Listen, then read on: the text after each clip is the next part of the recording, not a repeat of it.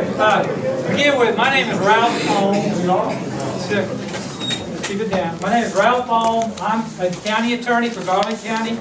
I've held that position for almost 25 years, and I will tell you, this is the first time we have ever had a meeting with the city and the Quorum Court. But the issue that we're going to be discussing tonight is extremely important to the city people. It's extremely important to the county people. And so here's kind of what we wanted to lay some ground rules down. Bottom line is, we felt like because of all the misinformation and miscommunication and the innuendos and all this stuff going out there, it would be important for all of us to get together, get with Mr. Nolan and let him explain kind of the research and the survey and the analysis he's done. We want to give our Quorum Court and our City Board a chance to ask him questions. We want to keep this fairly short. We want to be done by 7 o'clock. At 7 o'clock, we're shutting it down no matter what. And if you want to have powwows afterwards, that's fine, but I expect it to be over by 7 o'clock.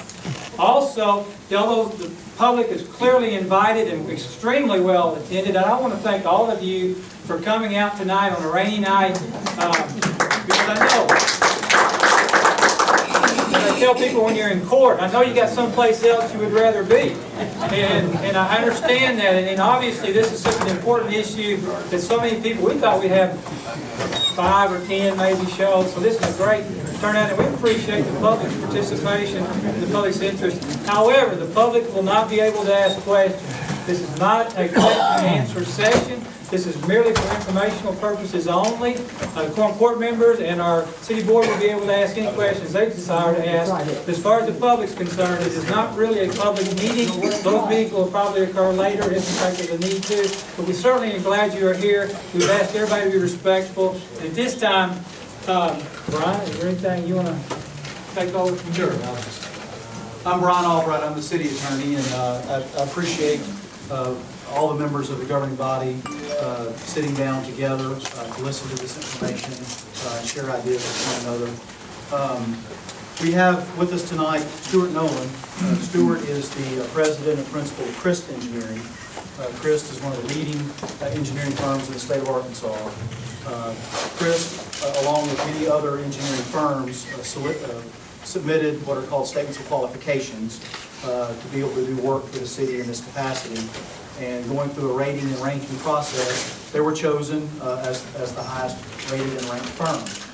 Stuart has 38 years of experience in engineering, received his bachelor's in '75 and his master's in '76, has worked all over the state in Oklahoma, has worked for various municipalities, water and sewer districts, has had multiple plans approved by EDQ, Department of Health. He has a vast array of experience, and he is here tonight to share with you his findings based upon his study and his recommendations with regard to water supply. And as Ralph indicated, that's the limitation on this endeavor that we have tonight. Questions can be asked of Stuart relative to his study, the work that he has done, and his opinions about that, but not go into the policy decisions that governing bodies make during business meetings. So this is just information from Stuart, and we appreciate him being here for us tonight. Thank you.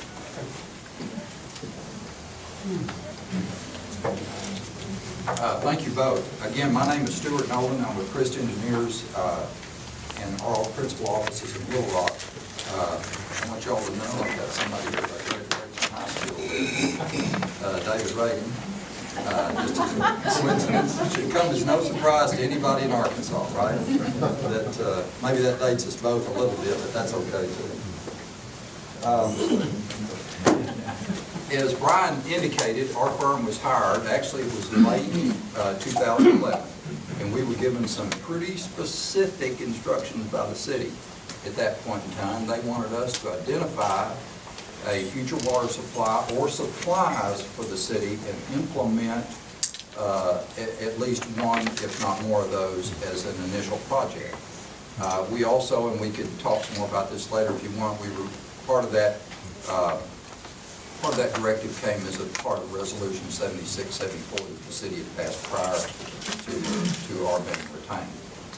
one of the very first things, and again, each of you should have this agenda in front of you. One of the very first things, I want to make this clear, that we did, and this was pretty much at my insistence, and this was based on, and it's not that the city resisted at all, I don't mean that, but I insisted that we reach out to other water purveyors in the county to see if they wanted to participate in this project with the city. You don't want to ever make the assumption when you're looking at a regional type project that your neighbors don't want to be involved with you. And so as you'll see here, we contacted Hot Springs Village, North Garland County, and Kimsey. And at that point in time, and of course this can change over time, all three of those entities declined the opportunity to participate with the city in trying to secure an additional water supply. And I think that's really important. One item that really concerns me is you talked about 2 transmission lines from our only source of water, and they're 50 years old. I'm assuming that both of them won't go down at the same time, but if one of them goes down, what is the impact on the city? Then talk about the county, not just the city, because it is the county that's at risk here just as much as the city, and probably more so. It's about 80% of capacity, the health department starts calling. And you don't know when that 80 is going to occur. It may be 60% one year, maybe 90 the next, totally weather related. Okay. You know, By that same reasoning, then it's unrealistic to say we have a water emergency because of 1 year or 2 years. well, actually, this Of trend close- has of occurred over not- several of years. Of not even capacity, but approaching the health department's needs. We've got property owners in the county who are being denied service because of this so-called emergency. That's unacceptable, and it cannot continue. And I realize that Garland County, outside the city limits, has been said by different county city employees to be a burden on the city. And it is my intention to relieve the city of that burden. And we will be doing everything we can that's possible in conjunction with the city, hopefully, to make sure that the county and the city have plenty of water for the future. And I like we said earlier, I applaud the city's efforts to secure water for the future. That's very important. And I don't live in the city. I don't represent anybody who lives in the city. But I do represent people, and I myself am on city water. And so it does affect me, it affects my family, it affects my constituents when their water bills are going to go up. Have you done any kind of analysis on what those are going to be? But I just want to make the point to the board that we've got an unacceptable situation when property owners are being denied the service that, number one, the residents of the county paid for it to be installed, paid for capital improvement, and have continued to pay 1.5 times the city rate for that time, paying for the city improvements as well. So I don't know that that's something you want to be relieved of, that extra income. And I think that we should all be working together here. I don't think we'd be here tonight as a group just because of the DeGray thing. We wouldn't be here. You wouldn't have a full room if it was just about the DeGray project. The reason people are here is because people are being denied service. Jobs are being smashed and not allowed to be created. And that's unacceptable. That hurts the schools, that hurts property owners, that hurts county government, and it does hurt city government as well. Brian, do you want to speak to that? I mean, is that a question for me? That was a statement, thank you. With that is, are we in a crisis right now today? Is there a reason today that we should deny anyone water today? Is there a crisis? Mayor, that is a policy decision for the board to take up. Yeah, but let's say it's just a water decision. Is there a crisis? Are we in a water crisis? Let me say this. You don't want to get fired. No, I don't mind answering that question. The city's been working on this since '05, I think. I think it's time to do something. Say, right now, are we in a distressed time? Is this a crisis period today? Mayor, that is not my call. I mean, just As water, an engineer. as water supply goes. I mean, Are we in a at crisis? 80 Again, 80%? that, Come on, baby, step out there. At a recent meeting, the city manager said that the water loss was approximately 40%. ADEQ has said that if the city would implement conservation practices, and I live in the city, and I represent mostly city citizens at the county level. Even in 2012, when it was as dry as it was, there was no implementation of any form of conservation. Metered water, odd day, even day watering of your lawns, there was nothing. If the conservation measures that ADEQ has recommended and the 40% loss gets reduced to a more standard loss of around 12 to 15%, could we not delay maybe 5 to 10 years so that we could start building the capital resources that we need to expand? if, yes, maybe yes. But I say, Your whole proposition is based on ifs. If we have hot weather, we will no, be short of water. no. Principally, it's based on a projection of 1% growth. For the city? For the service area. Okay, I was gonna say, because the city hasn't grown in 20 years. For the service area. It's very difficult for the county to grow when they're being denied water.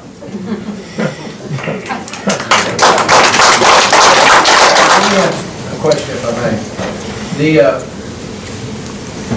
The properties that are outside the city limits, most of the time those water districts are created, and those water lines are put in and paid for by the citizens in that area. Is that correct? Can be that way. I think that's my understanding is most of those lines.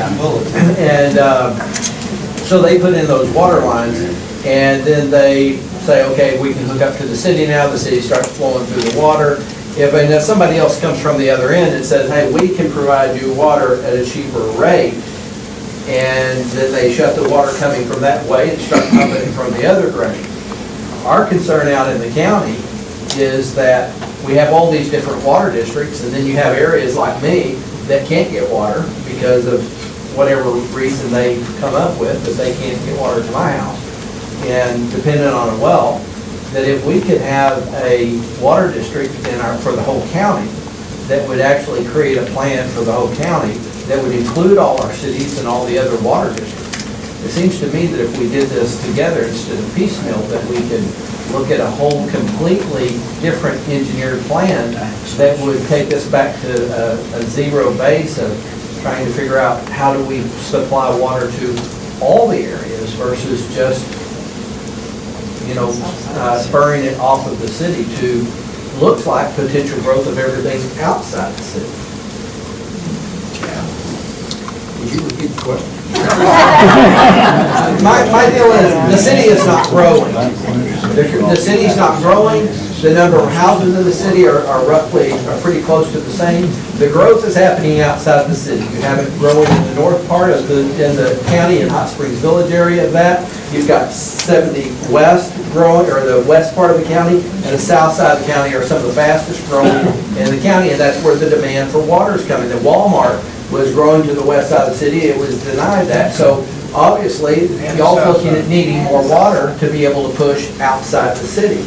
So if the county comes in and says, why don't we form a county-wide water district, then the city's not going to need to do that. And I think what we're looking at from the county level is we're saying, can we not hold off so that we can look at this and how do we fix this for a whole county issue than just a small part of the county? So as an engineer, would it not be wiser for us to look at how do we service the whole county versus just what would be maybe economically beneficial to the city? Well, let me say, What we're looking at is trying to build a consensus for the entire county, because more than half of the accounts, as you pointed out, are county accounts, and they're paying 1.5 times the rate. That extra money is helping out the city's program, and we don't have a problem right now with that. other than the fact, as Justice McKee has pointed out, we have a number of instances where water has been denied or water has been used as a leverage. So we need to reevaluate this. You're asking us to give you a carte blanche approval tonight, and I don't think you're going to get that, not from the county justices, to approve a program that does not take all of our county residents into consideration. And I just don't think that's going to happen. Thank you.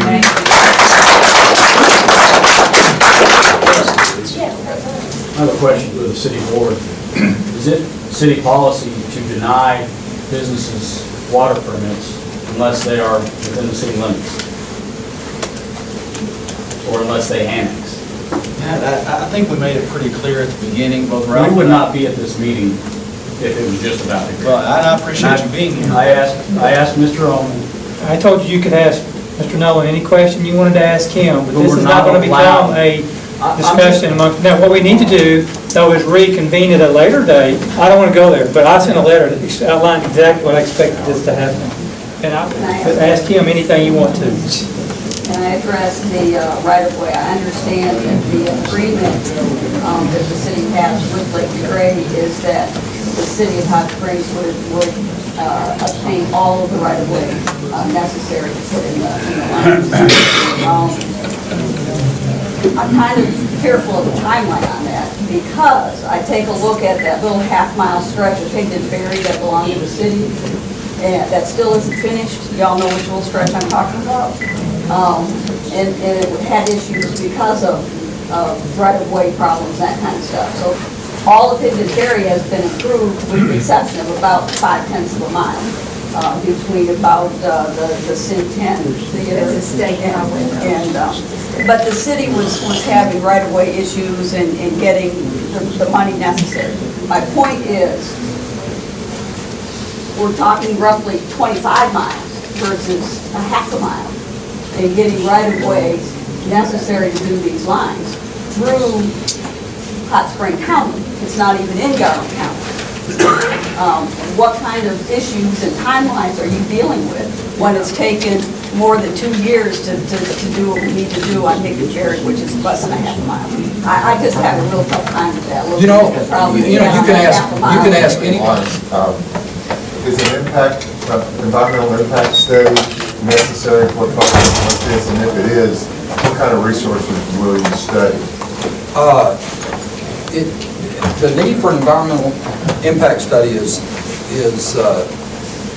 more dependent on the type of funding that you request than what you propose to do.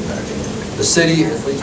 A question, and I thought was very interesting, that there was a report that Los Angeles uses 550 million gallons of water a day, and Garland County uses 25 million gallons a day, and that's 22 times what Hot Springs uses. Los Angeles has a population of 3,900,000. If we use a population of 60,000 for residents of Hot Springs, Garland County, that hook up to Hot Springs water instead of 22 times the amount. Hot Springs is using 65 times the amount of LA. How are we doing? Wow. How are we using so much water? No regulation? I mean, that's a lot of water compared to, the population. And then you said if 60,000 residents is too high, then the number becomes even larger. Do you think that's what we're using? Is that frequent? Not on an average day are you using 25 million, if that's the number you used. On an average day, I wish Taylor was here. Taylor, I think it's about half that. It's about 10. So if you reduce that number in half, see, that's what you might use on a peak day. I doubt if Los Angeles is using peak day. I'd like to make a comment on that. Those are some of the factors. Our goal was to get any and all sources worked up as quickly as we could, and we didn't know which direction was going to pop first, if you will. It's getting close to 7. I'll speak for myself. You were hoping to leave here with a unanimous endorsement of your program. Until we have additional meetings and we can talk about the policies and the problems that that currently exist and look at a countywide answer, I, for one, am not giving my opinion. But you're not going to have clarity unless we can talk about more things than just, you know, the proposed plan. We don't even have. Well, I'm other saying clarity of engineers. knowing when the city- plant's coming online and when the water demand is. That's big. The city has had, what, three different engineering proposals for water with different places as to where they wanted to put the intakes, where they wanted to do things, cost involved. I've heard cost, the one 2 years ago that got put out, that was over $200 million. So until we can be satisfied with the direction that it's going to benefit all of the citizens of this county, and that the plan is going to be workable and beneficial for everybody involved, since half of the customers are county customers, it would be premature to ask us to approve this plan. I just feel like we're dealing with more than one issue. It's not just a water issue we're dealing with, it's a policy issue we're dealing with. And the water has been used as an excuse in a lot of areas for what policy has been done. And I feel like it's time for us to work together. We've got to stop this back and forth, those people and us. We are we. It's almost like we have a civil war going on. And it's sad because these are my brothers and sisters. I love these people. You know, it could be my grandmother who lives in the county. You know, it's like we've got to stop this division somehow. And it's not about you. I love everything you've done. You've done a lot of stuff, and you just got caught in the middle of a civil war. And it's not your fault. And I mean, everything, the issues we're dealing with are awesome. They're great. They're good. The process has been wrong. Our process, our procedure.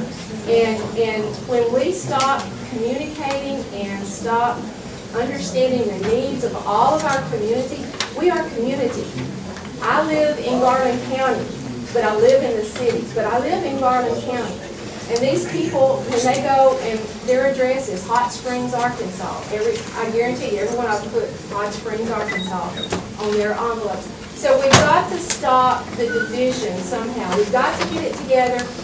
If we're told in every meeting that we meet that we can't talk about certain things, then we're still stirring the pot. So somewhere, real soon, we need to discuss the issues and the policies that the city board has set without thinking of the long-range consequences of making that decision today, because we don't understand that we're stopping economic development and we're using water as an excuse, and that's just an excuse. So we've got to get together.